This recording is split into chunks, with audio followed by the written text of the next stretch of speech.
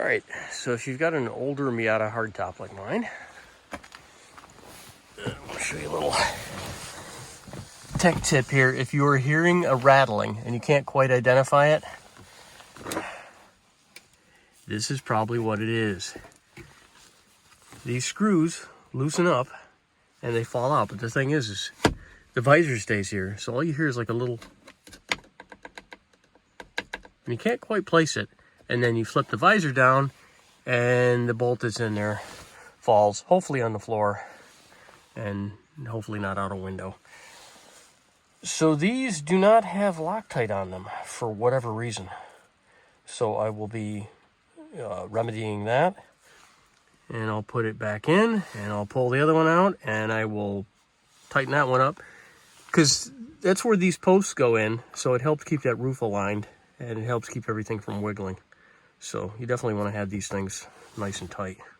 Just kind of funny that they wouldn't have done any kind of Loctite on them to keep them from moving. This also happened to my old car. So back when I had my 1990, the same thing. And I ended up doing the same thing as a fix. I would have figured between 1990 and 2010, Mazda would have figured that out. But yeah, I guess not.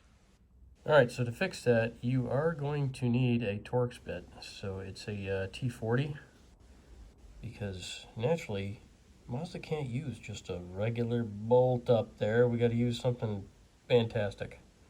So yeah, the T40 is step one in getting this project going. All right, so I just put enough Loctite glue on there to hold the thing in position.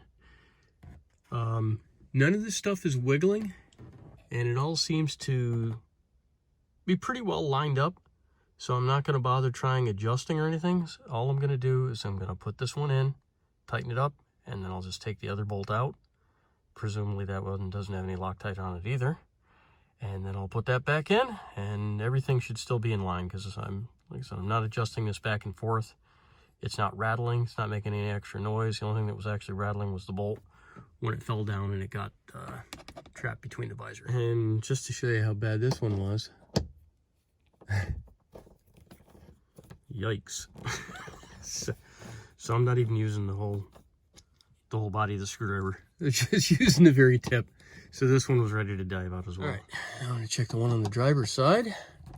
Yeah, it was ready to come loose completely. And I'll bet there's no Loctite on this one either. Nope, no thread lock at all. Interesting. All right, so that's the last one. Got them all four Loctited in. Hopefully that's the last I'll see of that problem.